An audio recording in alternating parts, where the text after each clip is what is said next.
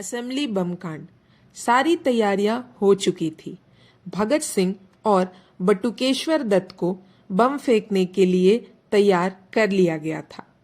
अब भगत सिंह ने पत्र लिखा था राजगुरु के लिए। पिछले भाग में हम आधे पत्र के बारे में जान चुके थे, अब हम जानेंगे आधे पत्र के बारे में। जहां तक प्यार के नैतिक स्तर का संबंध है, मैं यह कह सकता हूं कि यह अपने में कुछ नहीं है सिवाय एक आदेश के, लेकिन यह पाशविक वृत्ति नहीं, एक मानवीय अत्यंत मधुर भावना है। प्यार अपने में कभी भी पाशविक वृत्ति नहीं है। प्यार तो हमेशा मनुष्य के चरित्र को ऊंचा उठाता है, यह कभी भी उसे नीचा नहीं करता, बशर्ते कि प्यार प्यार हो। तुम कभी भी इन लड़कियों को वैसी पागल नहीं कह सकते जैसे कि फिल्मों में हम प्रेमियों को देखते हैं। वे सदा पाशविक वृत्तियों के हाथों खेलती हैं। सच्चा प्यार कभी भी गढ़ा नहीं जा सकता, यह अपने ही मार्ग से आता है। कोई नहीं कह सकता कब।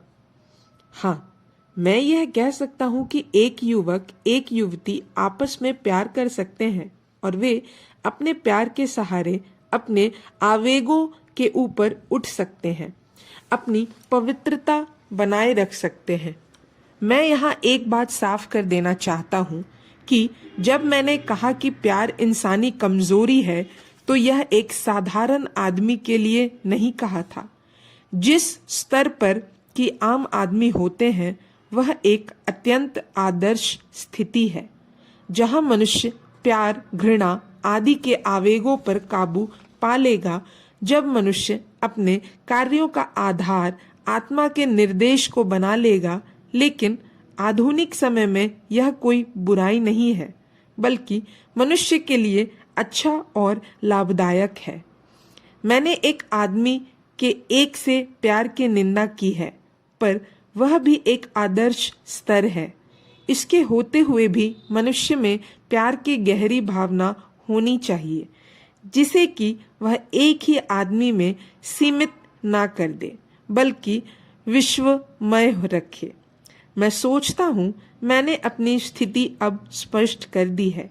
एक बात मैं तुम्हें बताना चाहता हूँ कि क्रांतिकारी विचारों के होते हुए हम नैतिकता के संबंध में आर्य समाजी ढंग की कट्टर धारणा नहीं अपना सकते। हम बढ़ चढ़कर बात कर सकते हैं और इसे आसानी से छिपा सकते हैं, पर असली जिंदगी में हम झट थर थर कांपना शुरू कर देते हैं। मैं तुम्हें कहूंगा कि यह छोड़ दो।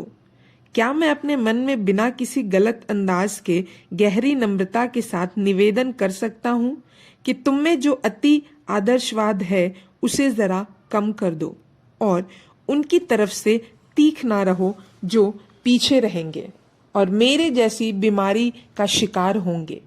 उनकी भर्त्सना कर उनके दुखों तकलीफों को ना बढ़ाना।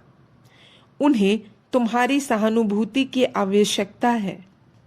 क्या मैं यह आशा कर सकता हूँ कि किसी खास व्यक्ति से द्वेष रखे बिना तुम उनके साथ हमदर्दी करोगे, जिन्हें इसकी सबसे अधिक जरूरत है?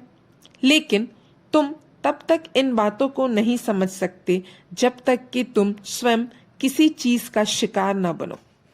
मैं यह सब क्यों लिख रहा हूँ, मैं बिल्कुल स्पष्ट होना चाहता था। मैंने अपना दिल साफ कर दिया। तुम्हारी हर सफलता और प्रसन्न जीवन की कामना सहित, तुम्हारा भाई भगत सिंह। असेंबली ने दोनों बिलों को फेल कर दिया था और वायसरॉय ने उन दोनों को अपने विशेषाधिकार से पास कर दिया। 8 अप्रैल 1929 को वायसरॉय की घोषणा असेंबली में सुनाई जाने वाली थी। निर्णय हुआ कि उसी दिन बम फेंका जाए। जयदेव कपूर ने भगत सिंह और बटुकेश्वर दत्त को असेंबली में ले जाकर उस जगह बैठा दिया जहां से किसी सदस्य को नुकसान पहुंचाए बिना बम फेंका जा सकता था। भगत सिंह और बटुकेश्वर दत्त खाकी कमीज और निक्कर पहने हुए थे। ज्यों ही विशेषाधिकारी से बिलों को वायसरॉय द्वारा पास करने की घोषणा होने को हुई, भगत सिंह और बटुकेश्वर दत्त अपने स्थान पर खड़े हो गए।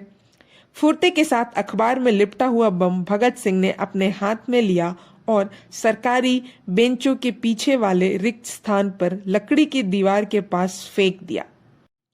धमाका इतनी जोर से हुआ कि कानों के पर्दे हिल गए और दिल की धड़कनें बढ़ने लगी। लोग संभल भी ना पाए थे, तभी भगत सिंह ने दूसरा बम फेंका। उसके धमाके ने लोगों के रहे सहे होश भी गुम कर दिए। तभी उन्होंने छत की तरफ हाथ उठाकर पिस्तौल से 2 गोलियां छोड़ी। और यहीं पर खत्म होता है असेंबली कांड। अब हम अगले भाग में जानेंगे भगत सिंह की गिरफ्तारी के बारे में। तब तक जय हिंद, जय भारत।